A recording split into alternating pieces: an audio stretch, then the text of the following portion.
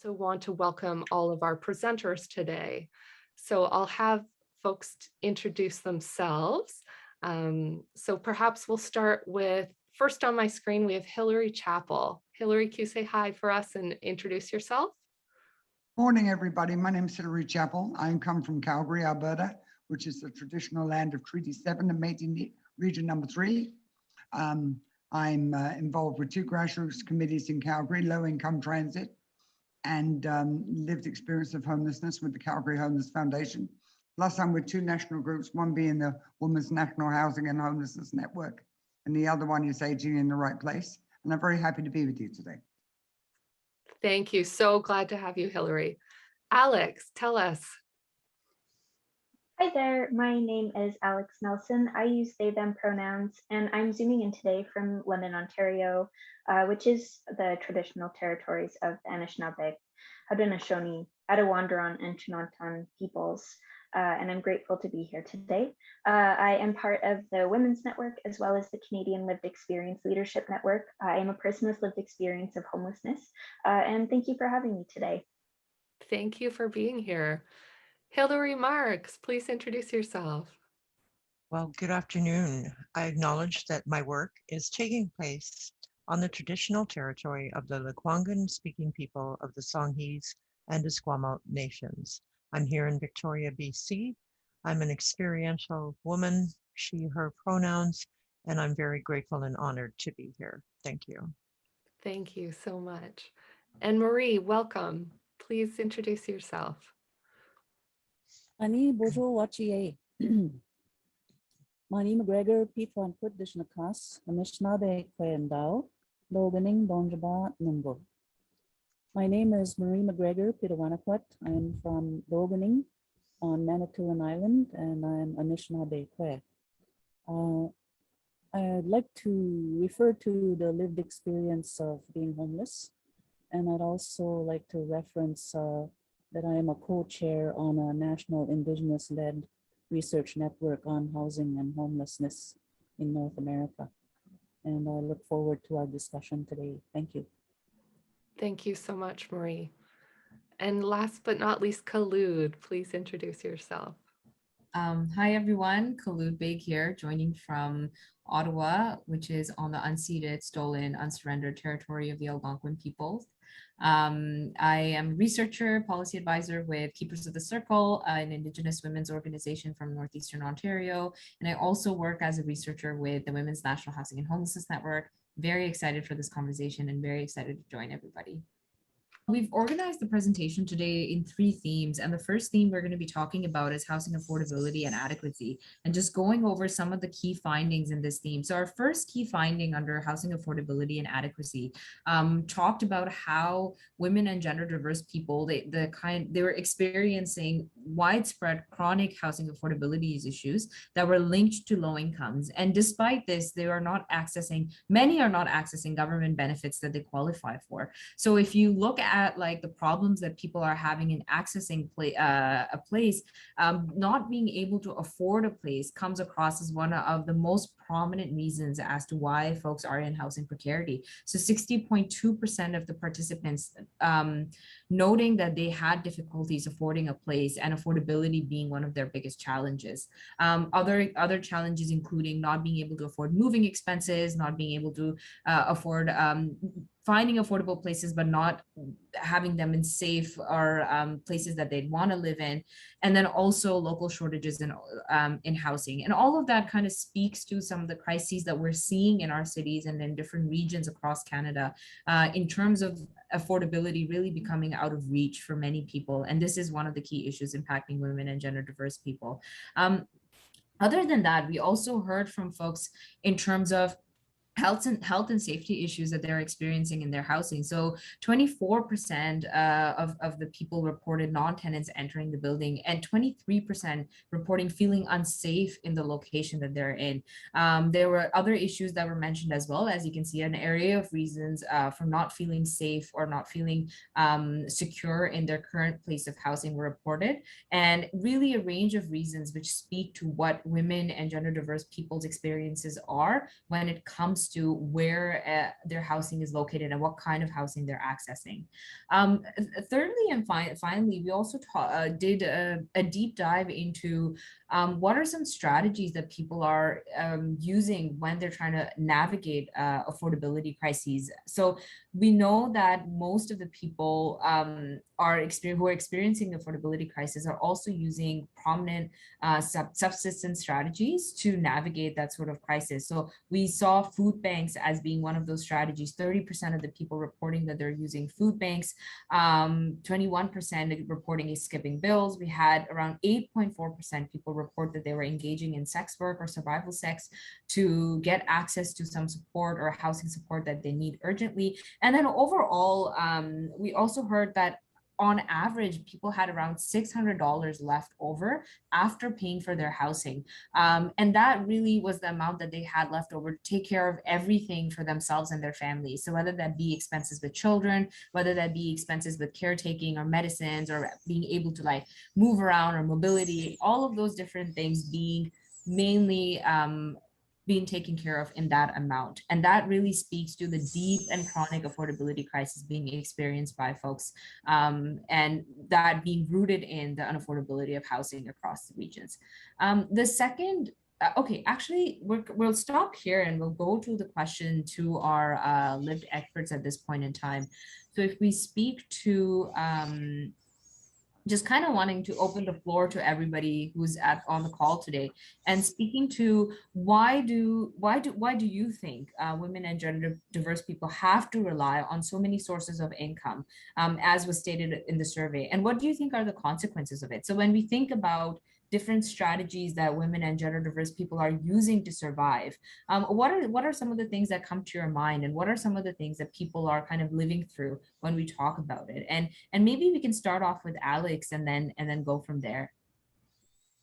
Yeah, thank you. I think it's a really important question. And I think there's this powerful narrative about homelessness that shapes even the metaphors we use to talk about homelessness, that homelessness just happens to people, that people slip through the cracks. And I think this finding is really indicative that that is not the case. You can be involved in multiple different subsistence strategies and still be experiencing homelessness, because the supports and resources that are available to folks are not enough to meet the needs in the housing landscape that we see around us today. And we also know that the minimum wage in many places is not a living wage and is not able to provide housing, provide the financial resources that people need in order to survive. And I also think it's important that we recognize the gender disruptions in labor due to COVID-19 and the pandemic, and the impact that that has on women and gender diverse people who are working or are unable to work for various reasons and are unable to afford their housing. And so I think that, you know, this unseen labor of filling out forms, busing around from various locations, just trying to make ends meet in whatever way people can. I think there's so much labor that is involved in that we don't acknowledge and don't recognize. And especially for women and gender diverse peoples, often the labor that we put into just surviving is unrecognized. And so we see that that is clearly compounded for people experiencing homelessness and housing issues. Thank you so much, Alex. That's really awesome. And just wanted to acknowledge everything that you're saying, and also something that's really reflected in the data that we collected. Hillary Chappell, do you want to add something to that question around affordability crises that folks are going through, and what are the consequences? Well, of course, it's the affordability. Like Alex said, it's the minimum wage being not up to standard, the living wage, nowhere near the living wage. Part of that is so many expenses, especially women who have children, for childcare, transportation. We're fortunate in Calgary, we do have a low income transit pass that we can go anywhere with, but even some of our friends still can't afford that $6 a month. One of the things I'd like to mention though is that a lot of women take a lot of different desk jobs just to survive. And the one that worries me the most is sex work. I think that's a very dangerous way of doing things, but I know some of the ladies don't have a choice, but I can see that endangering them, their children eventually, and a certain amount of Johns out there wouldn't pay them any respect and probably take away parts of their housing or put blackmail on them or stuff like that. So that's one that really concerns me.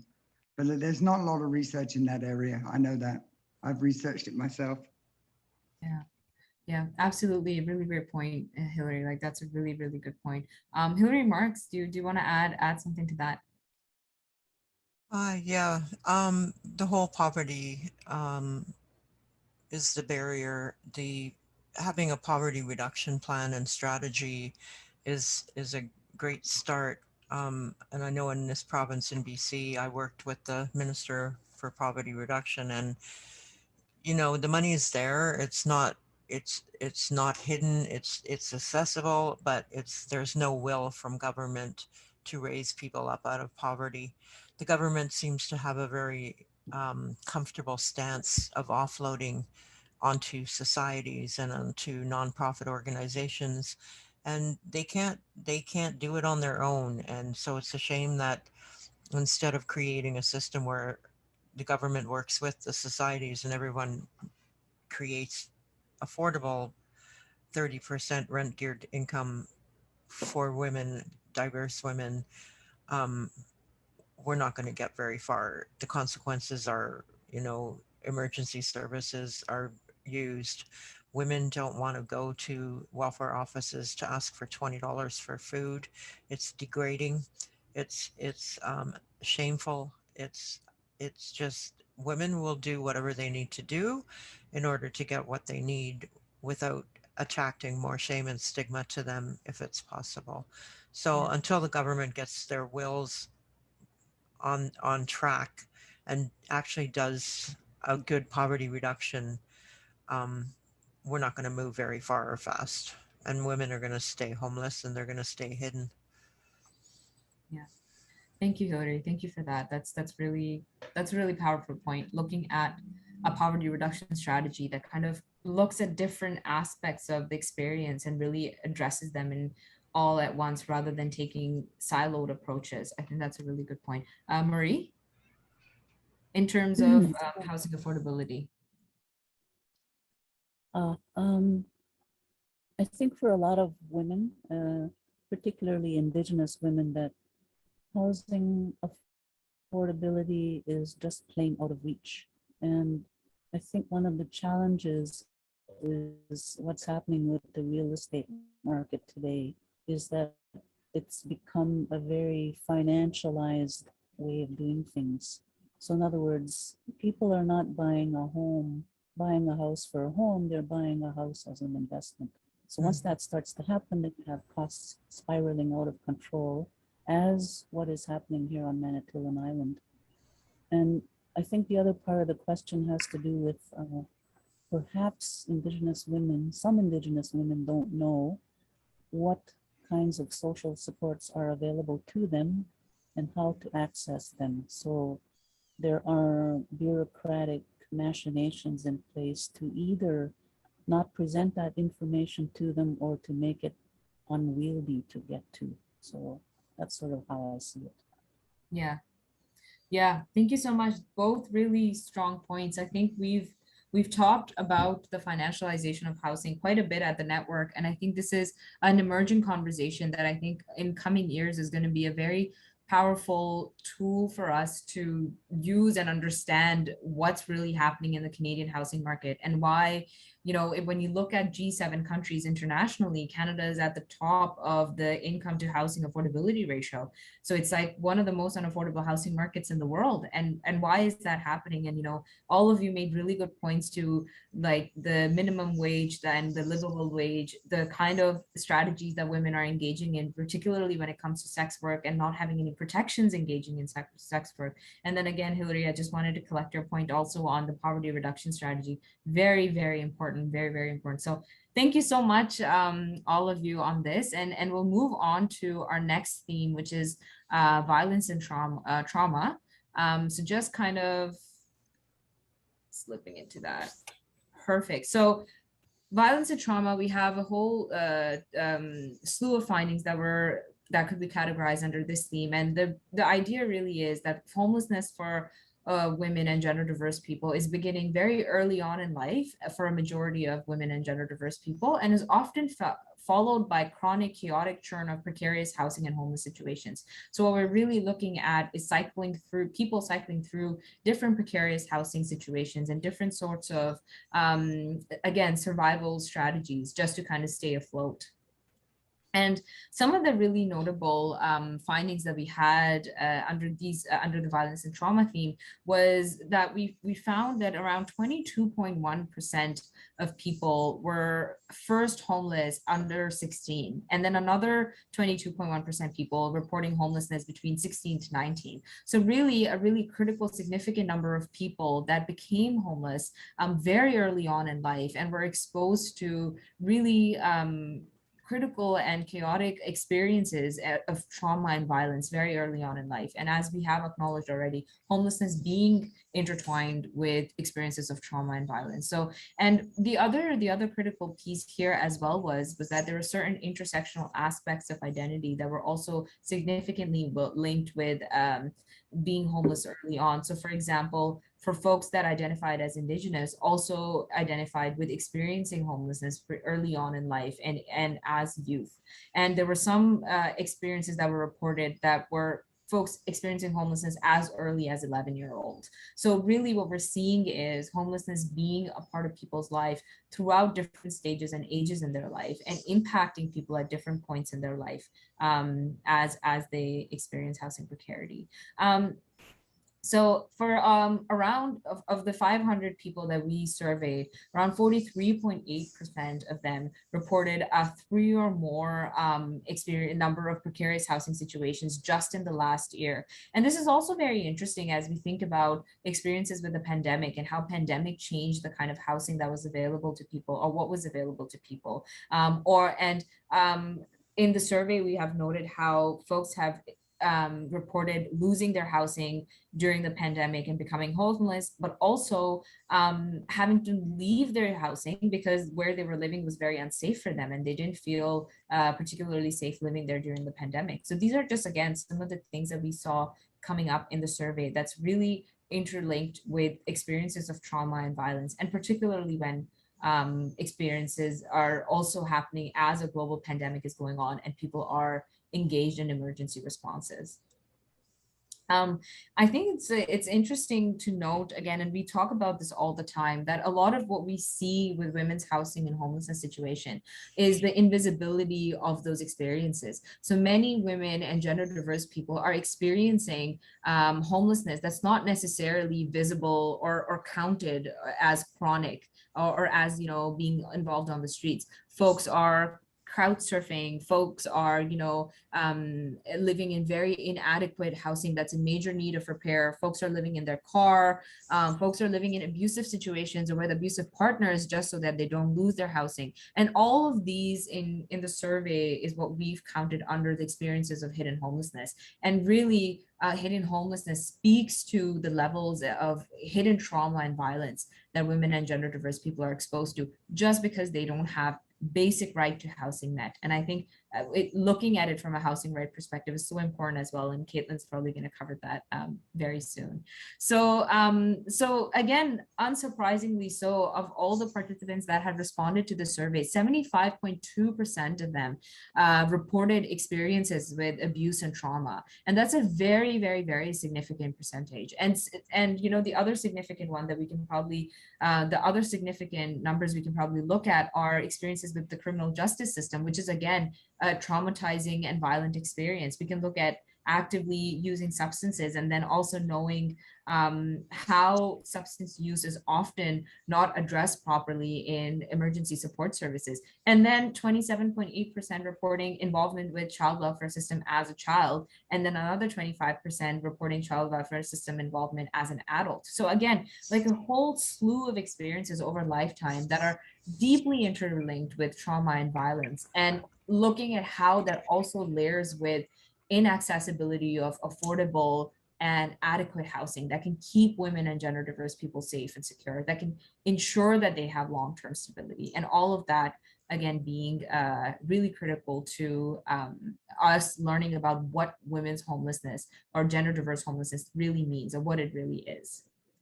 All right, so I'm going to stop over here and call back our lived experts for another question, hoping that they can fill us in with a lot more insights on what we've just talked about. So the question that I have for folks this time around is, what does complex trauma related to homelessness look like for women and gender diverse people? So what really does it mean to have complex trauma, and what does it look like? And then how do we take trauma into consideration when we think about ending homelessness for women and gender diverse people? So, maybe a question being, do you currently think that trauma is being thought about properly when we talk about conversations on housing and homelessness?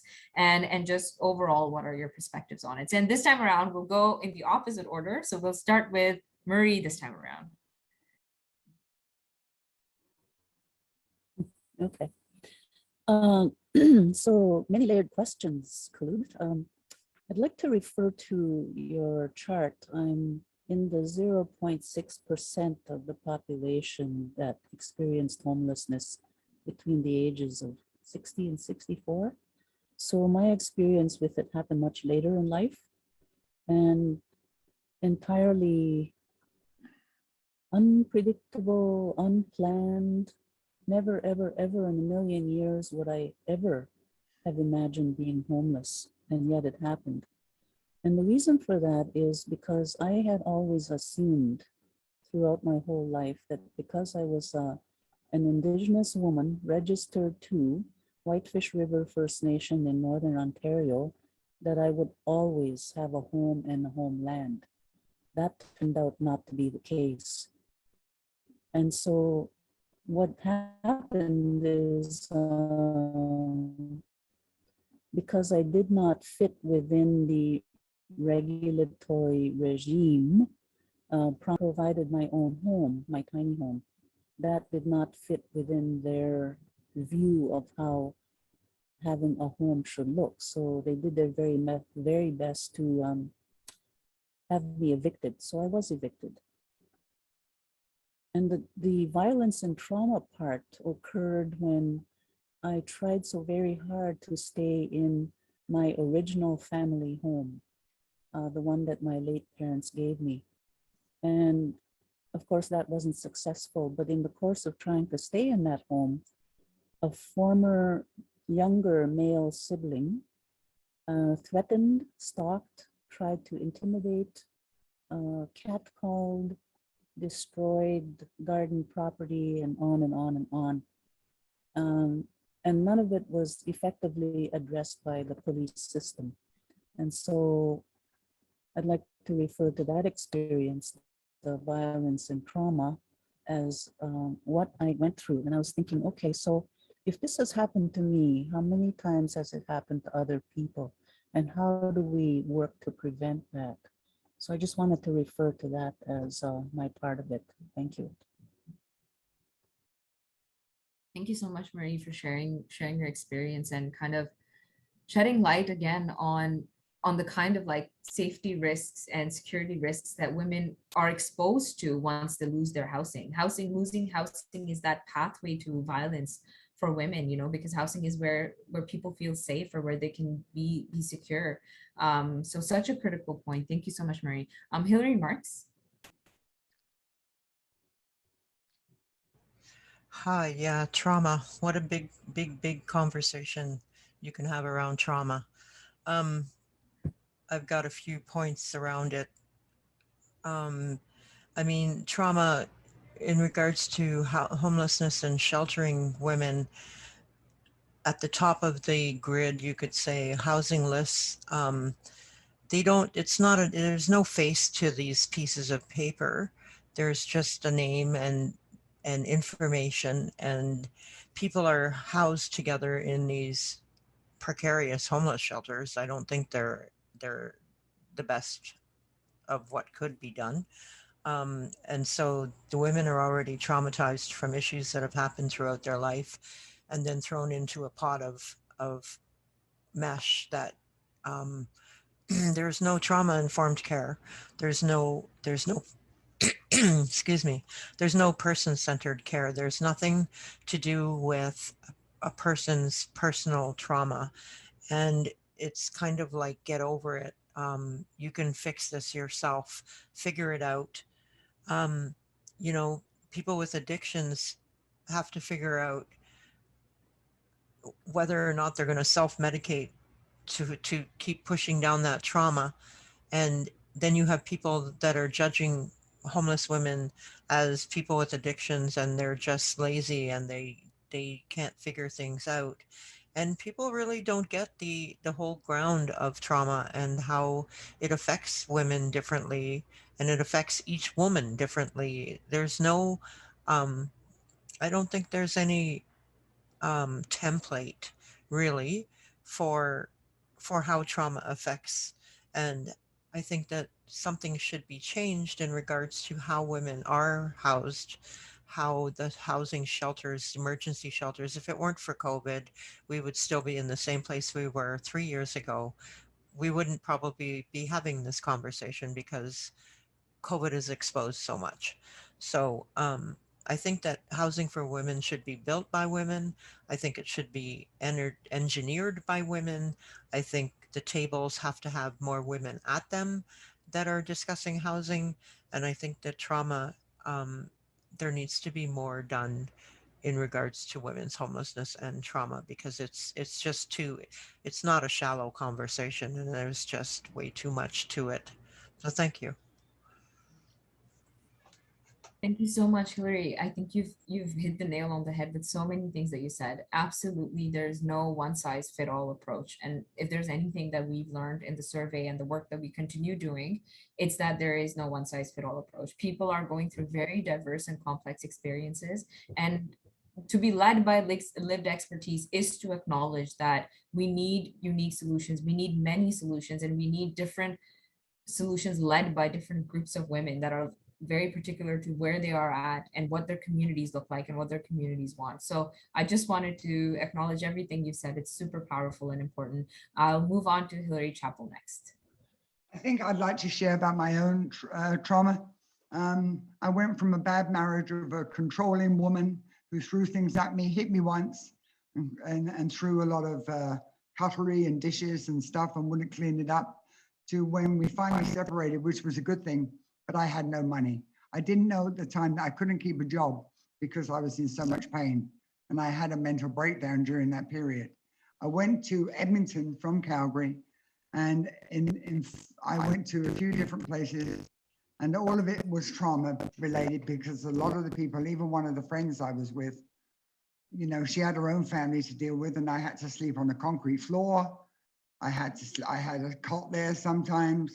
I had my totes all around me, and I've slept many times on people who just didn't understand my situation. And you know what, to be honest, either did I. I only knew about the trauma I felt, which when I got into a shelter and I was told by a case manager. And then once I got out of homelessness, I started having the worst PTSD I could imagine. And that's the way it triggered for me. And the PTSD was always about being abandoned by my family. Mom and dad weren't alive, but my sister and my brother, nieces and nephews, not that they really did, they just couldn't cope anymore. I understand that now. But even friends, they couldn't help me that much anymore. They had their own families. But at that time, the feeling of abandonment lasted for about 2 or 3 years. I'm fine now, but that trauma still occasionally rears its ugly head. And if I hear of somebody who's been left by their family, I get a trigger. So that's all I need to say about that. Thank you for sharing that, Hillary. And it's just, I think, one of the things that we always think about when we're doing our work is about how housing, having stable housing also is healing for people. So like, people need to feel safe to address their traumas and to heal from their traumas. And if you don't put people in safe and secure housing, you're taking away that opportunity from them to heal themselves and to heal their families and their communities, you know? So this is, again, like, it's so interlinked with so many different and deep experiences that people have. And I just really, yeah, thank you so much for sharing that. And with that, I'll go to Alex. Yeah, thank you. I think everyone who's spoken has shared an important piece of themselves and of this conversation, because trauma is a very complicated topic, and I think that it's not a very well understood one. I am in my PhD, and one of the topics I study is trauma. But I was drawn to the topic before I came to understand myself as someone who had experienced trauma. And actually, I first started to think of myself and my life in the context of trauma after attending my first Canadian Alliance to End Homelessness conference. I had studied homelessness and I had experienced homelessness, but I didn't really think about my experiences in terms of trauma, because I didn't think I had always heard about trauma as being rooted in catastrophic events. And I've certainly experienced some of those, but also there's this, you can experience trauma as this unfolding everyday experience, especially living with violence and oppression and exploitation. And I think that when we're talking about trauma and trauma informed responses, we need to start to understand that trauma doesn't look the same for everyone, and especially from folks from different communities. As a queer person, understanding the trauma embedded in moving through the world as a queer person, it's something that I think there's not a lot of room or flexibility in our structures to understand what that experience is like. And for me, you know, that my trauma manifests in a lot of different ways. Sometimes it's very physical, like shaking or freezing or being unable to speak. And other times it's in the ways that I have trouble setting personal boundaries or communicating my needs with people in my life. Because growing up experiencing homelessness and being taken into foster care is very challenging to learn how to build those healthy boundaries with people in my life, because forming unsafe attachments was how I survived. And I think I've brought a lot of those things, those unhealthy coping mechanisms and survival strategies into my adult life, especially in relationships that I've had since. And I think that, you know, that is one of the ways that trauma kind of exists past a moment and moves into the future with you. It stays with you. And so when we're talking about rights and we're talking about justice, we need to be asking those questions of how do we show up for all members of our community? How do we bring them back into our community and center people who've experienced intersecting and interlocking forms of trauma that's rooted in historical oppression, that's rooted in ongoing oppression, because those are parts of the conversation as well.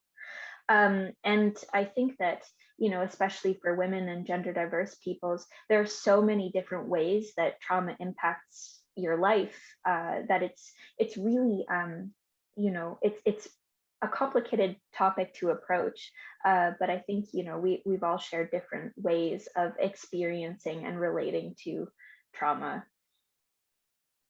Thank you so much for sharing that, Alex. And before I just kind of pass it on to Caitlin, who will take us through the rest of the presentation, I just wanted to make a note of what you said, which is really important, that, you know, trauma is personal and interpersonal, but trauma is also from like oppression, from like ongoing systems and system failures, from like, you know, folks that are from indigenous communities experiencing intergenerational trauma, colonial oppression, from like folks who are from immigrant and refugee communities experiencing that trauma of separation or belonging to war-torn places, and then coming to Canada and experiencing a whole new war on a different front in terms of trying to find safety and security for their families. So they're the larger frameworks of oppression existing in terms of society and systemic and structural oppressions, and then also trauma that we experience interpersonally as we're trying to live and survive. And I think both of those form very complex experiences that need to be acknowledged when we're talking about housing and homelessness,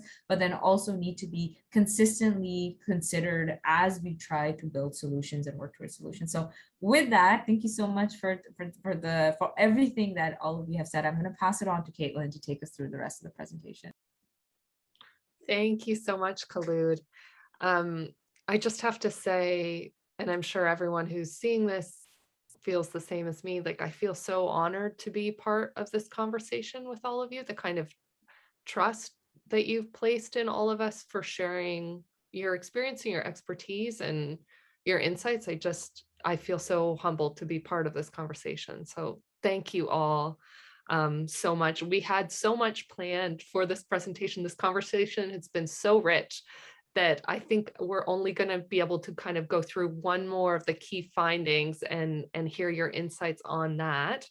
You know, as we were designing this survey, and our work at the Women's National Housing and Homelessness Network has really been thinking about, okay, how do we understand these issues as human rights issues? So as all of you know, I imagine we have new federal legislation, the National Housing Strategy Act, that recognizes for the first time in Canada that housing is a human right. So we're on this potential precipice of saying, okay, what does this actually mean concretely for women, girls, and gender diverse people in Canada? How can we ensure that it's a mechanism for a more just future that really, you know, it makes it possible for us to address many of the challenges that we are seeing in the research that we've done and that my colleagues have spoken to here. So I'll just speak to one finding that was, I think, really important, and I think we can draw kind of a human rights analysis too. So we did something interesting. In the survey, we asked folks, okay, tell us about the last time that you lost your housing. What was the reason? And we listed many, many reasons. There was, I think, over 20 reasons. It could be because of an eviction, because of a health crisis, because of loss of a job, because of violence, change in family composition. So we gave folks many, many reasons. And what we found is that the top reason that women and gender diverse folks lose their housing is because of a breakup. And if you see on the graph here, you'll see that almost half of participants in this survey, that was the reason they lost their housing most recently. And this is across age, across demographic groups, across regions. This is absolutely a very gendered experience, is what this data suggests. And I think something I've been talking about and thinking about with this survey is I think it shows us that women and gender diverse folks, this is a group whose housing really depends on whether they remain in some kind of personal or sexual or romantic relationship with someone else. And that this, by a whole range of standards, is a human rights violation. So the United Nations Special Rapporteur on the right to adequate housing has spoken really beautifully about women's human rights and independence really being critically related to her ability to own housing, to dispose of property, and to have control over one's own housing. And what we're seeing is actually kind of a hidden crisis of women and gender diverse folks who are experiencing kind of informal evictions into homelessness because, you know, they're not able, because there's a rupture in a relationship. So this was really important, really interesting, and I'd love to turn to our experts here to kind of get your thoughts on it, and kind of, you know, let us know what resonates for you. How do we make sense of this? So maybe I'll go to, yeah, we're going to reverse the order here. So maybe I'll start with you, Alex, and hear your thoughts on this. What does this mean, do you think? Yeah, I really just want to reiterate Khulud's point about how trauma especially is both interpersonal and structural. And I think we see that in this finding that so many people, women and gender diverse people experiencing homelessness, have experienced homelessness due to a breakup or due to the breakdown of the relationship that they're in. And this is something I experienced myself, although I would never have thought about it in those terms. I was actually talking to one of my friends who has also experienced homelessness, and they were sharing their experiences. And they described an experience of homelessness resulting from a breakup. And I was finally able to put words to something that I just didn't have the language to talk about previously. And especially given that this was in my adult life, and I talk a lot about my experiences of youth homelessness, but less so about the experiences that are closer to me in terms of time from when I've been an adult. And just coming to understand myself in these findings, and to recognize that, yeah, this impacts so many people that I personally know, including myself. That, you know, housing is deeply unaffordable, and oftentimes trying to afford housing on your own, especially if you live somewhere where the cost of housing is significantly higher, it's almost impossible. So you're forced into a situation where you have to rely on someone else in order to stay in your housing. And even though I'm in a good relationship now, and I live with my partner, and we're both paying for our housing, I recognize that if we were to break up, I would have very limited options. And it's really scary to live with that knowledge and that understanding that I'm dependent on someone else for my survival.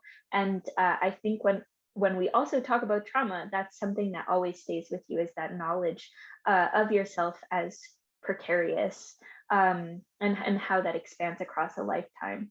But I think that this is an extremely important finding, and one that reframes everything we know when we talk about women and gender diverse people's experiences of homelessness and how they differ from normative understandings of homelessness. I deeply, deeply agree. I think this is kind of a transformative finding, and I love the connections you made with how this is kind of inextricably linked to trauma, and kind of this the trauma that follows us. Like, I loved what you said earlier, Alex, that trauma is not just a moment; it follows you through your life. It echoes through your life. And I think this is absolutely true. And we think about the kind of housing precarity that many women and gender diverse folks are living through, kind of in some cases having to remain in relationships that maybe aren't great for them, or they don't want to be in part because of the affordability issues that you pointed to. So brilliant. Thank you so much. And Hillary Chappell, we're going to go to you next for your thoughts. Well, trauma is definitely involved with everything that I've gone through personally, except for my recent relationship. But I went through trauma in the places I lived. I didn't, but the thing is, until I got to a shelter finally at the end of my homelessness, I was part of the hidden homeless. I didn't know what trauma was. Then I took a course on it and realized how much I had been through it, with all the things, with the mental health, the abuse from my first wife, to going from house to house to house. I went to 12 different places, ending in the shelter in a 1.5 year period. So that's traumatic in itself. A lot of it was affordability. A lot of it was because I didn't clean the house up good enough. A lot of it's because I was sleeping on the floor. One of the reasons in the house that I was actually paying rent for, that I couldn't afford anymore because I had to go to a money mart to pay for it, as I had to and give up, and it had severe bed bugs for 1 year. We couldn't get rid of the bed bugs. It was disgusting. And I got bitten and lost half of my furniture. But when I finally got to Calgary, I realized how fortunate I am, because while I was in the shelter for 1.5 years, just about 1.5 years, I met someone online and very quickly fell in love. She's a wonderful woman. She owns her own house. And after 6 months of hanging out and dating and getting to know her and her daughter, she asked me to live with her. And for 2 years after that, I had that PTSD, wondering what would happen if she ever threw me out. But she wasn't. It's steady. We're now married. happily married, and I've never felt secure in my whole life, actually. So I consider myself every single day how fortunate I am from the past experiences of trauma I've been through to the now where I have a very happy, peaceful, very peaceful life. Thank you. That's brilliant, Hillary. And I mean, I think I share with all of my colleagues here in just celebrating you and this love in your life. And I mean, I think you also point to the importance of home ownership. And this is something, Hillary Marks, you also said, like the importance of actually women being at the table in terms of designing homes, owning homes, engineering homes. And the fact that you, Hillary Chappell, have a partner who owns her own home, and the kind of stability that that's been able to bring into both of your lives is really wonderful. And I think obviously we want that for all women and gender diverse folks across the country. Yeah. And Hillary Marks, can I turn to you now for your thoughts? Sure. Well, 1982 was the beginning of my homeless years, and I was in a really severe, abusive, physical, mental, spiritual relationship for about 15 years, and found myself sleeping on floors. Can't remember half of the places I ended up. But it was a lot of midnight moves. It was a lot of moving. It was a lot of being dependent on somebody else for housing. And with PTSD and trauma, that is so stressful, and it is just such, I mean, homelessness is a 24-hour-a-day job. It's not something that you do for half an hour out of your day. It's you have to, you're on a schedule. Like, you have to figure out where you're going to sleep.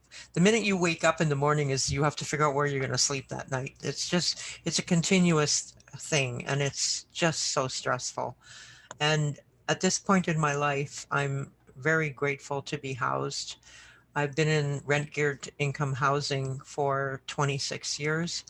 I don't plan on leaving housing. I am not even thinking about getting in a relationship with anyone because I'm dependent on myself. As Alex and Hillary have said, it's hard when you're dependent on someone else, and it just creates so much stress in your body. It's unbelievable. And now, the way I'm living, I feel so grateful that I have a home that I lock the door and I go out and I know that everything is going to remain the same when I turn that key and come back in here. And nobody comes here. It's my house. It's my safe sanctuary. And so it's unfortunate that I have a feeling of not wanting to be in a relationship with someone because of housing. But if the person has their own house, as Hillary said, and they're stable, then maybe a relationship can form. But there's no, I will never give up my housing because I don't want my daughter. I don't want to be dependent on her. I don't want to be dependent on a system that is severely broken.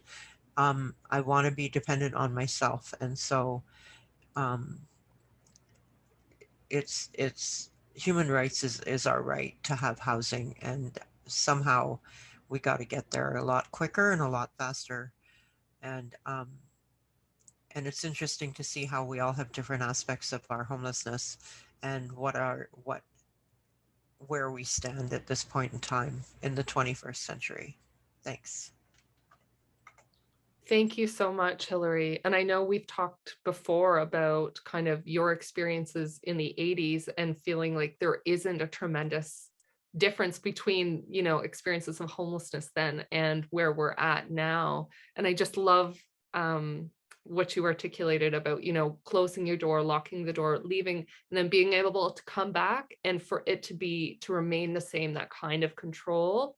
And how critical that is to feeling safe, to feeling secure, and, you know, the kind of central importance that plays in all of our lives. So that was just beautiful. Thank you so much for sharing that. And Marie, I'd love to turn to you for your thoughts and kind of to close out our session today. Yeah.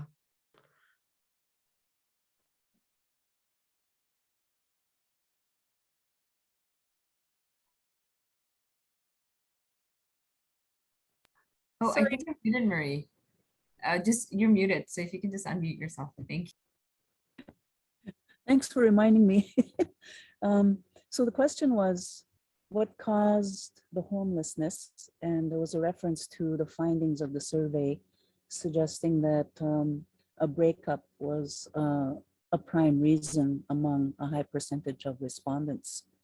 In my case, it didn't happen that way. And the cause of my homelessness was that the community and the band council did not recognize that my parents had full rightful legal authority according to indigenous allodial land title to gift home and land.